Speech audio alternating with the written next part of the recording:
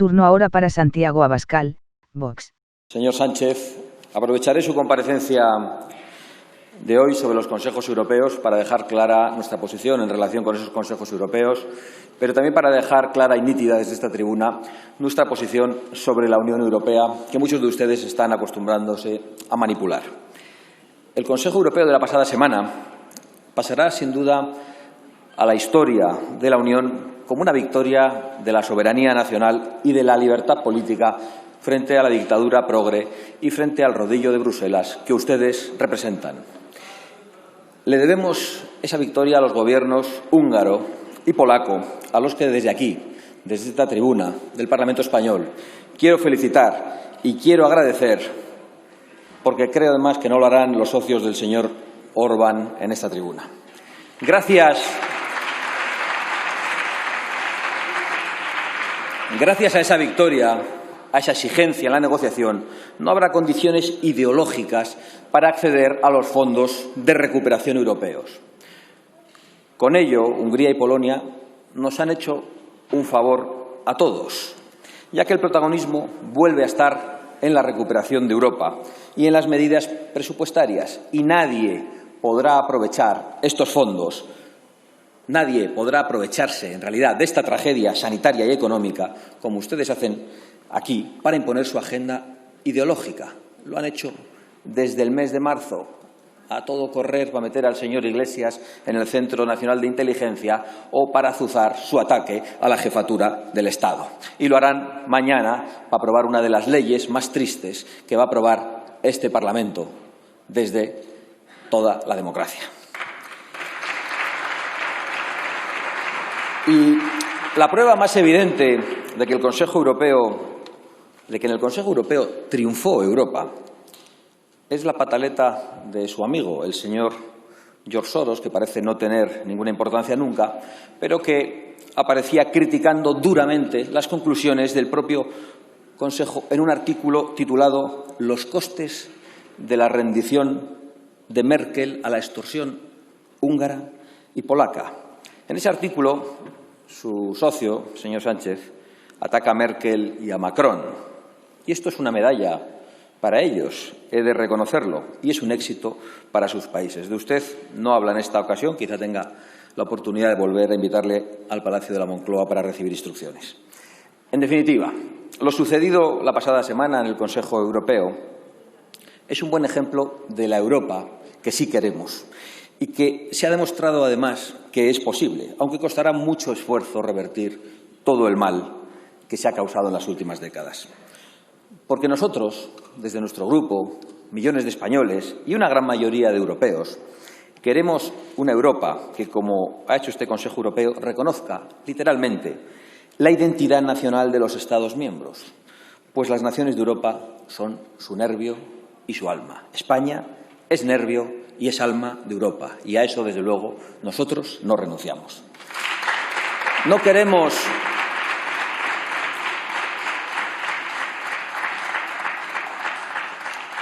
Señorías, no queremos una mezcla de burocracias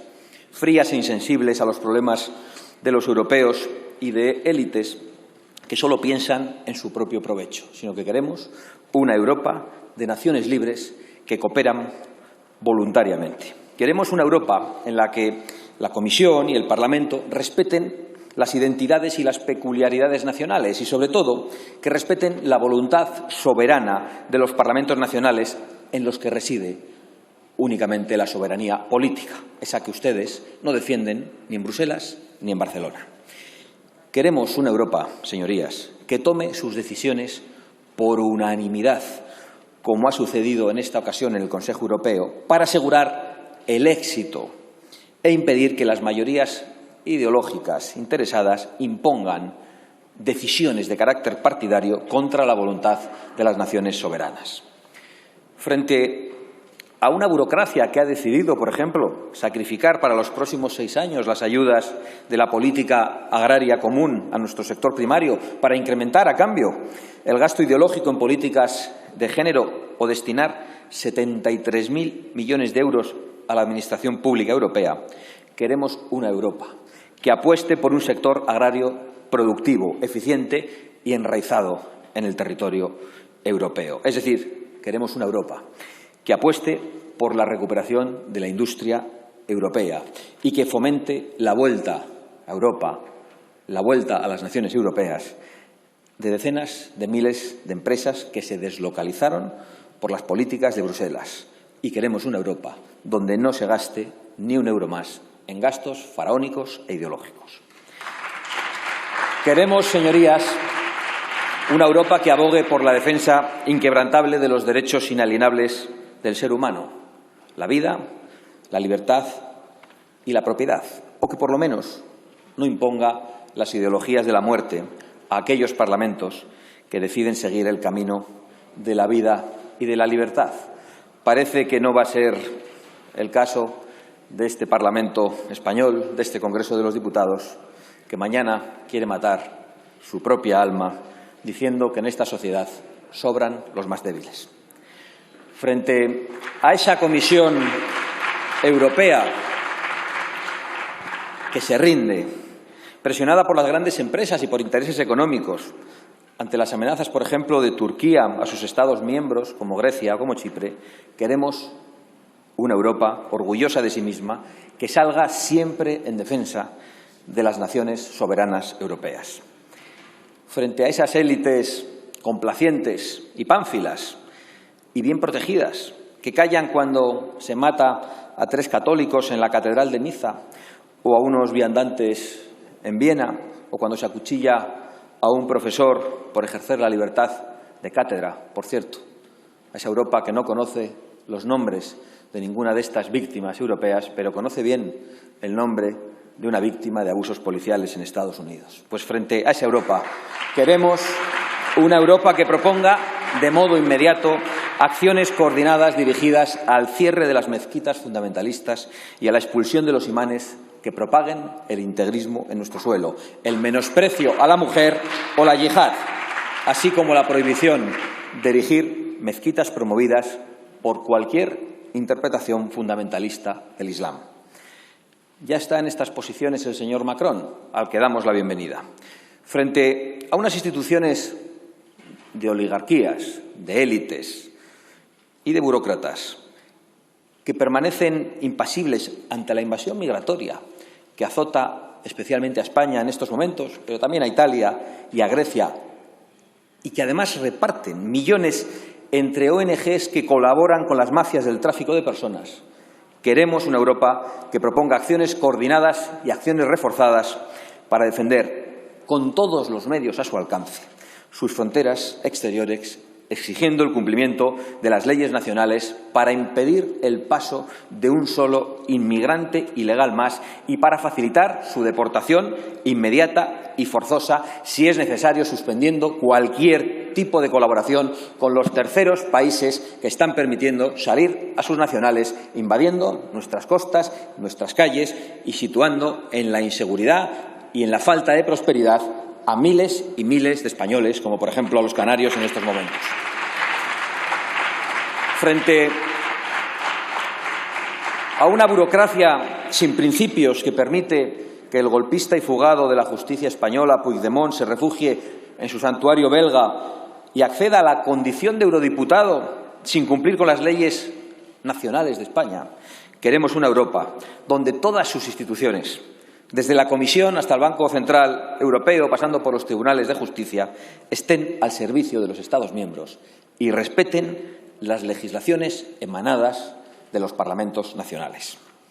Frente a una burocracia suicida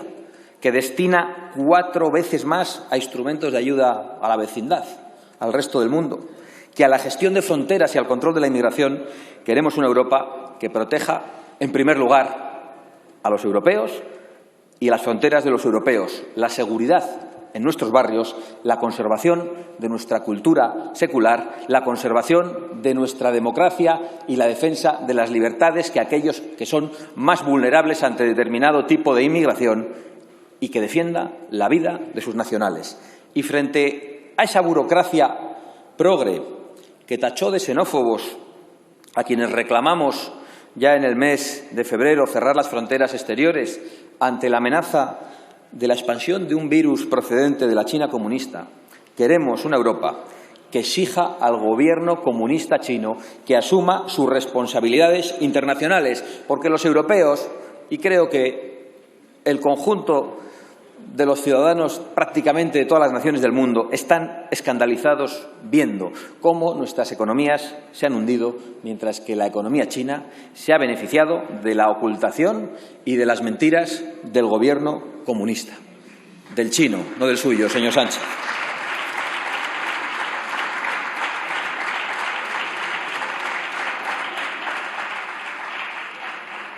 Frente a esos burócratas que anidan en Bruselas y que están al servicio de las multinacionales y de los lobbies tecnológicos que imponen, por ejemplo, el cierre de las centrales térmicas, queremos una Europa que ponga a las personas, a las familias y a las empresas en el centro de sus preocupaciones, es decir, para salvar vidas y para salvar empleos de europeos. En definitiva, frente a su no Europa federal, frente a su no Europa globalista, frente a su no Europa totalitaria, frente a su no Europa de élites y burocracias, nosotros queremos y defendemos, como la gran mayoría de los ciudadanos europeos, la Europa de las naciones, la Europa de la libertad, que es la Europa necesaria para este momento histórico y que es la única Europa posible. Porque ustedes, señor Sánchez y señor Iglesias, son un factor de riesgo para la supervivencia de la Unión Europea. Y creo que así les perciben. He dicho un riesgo.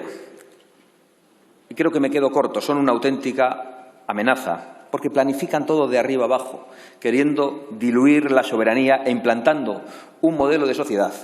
que los europeos, cada vez más, les dicen que se lo queden ustedes. Si hasta el señor Macron,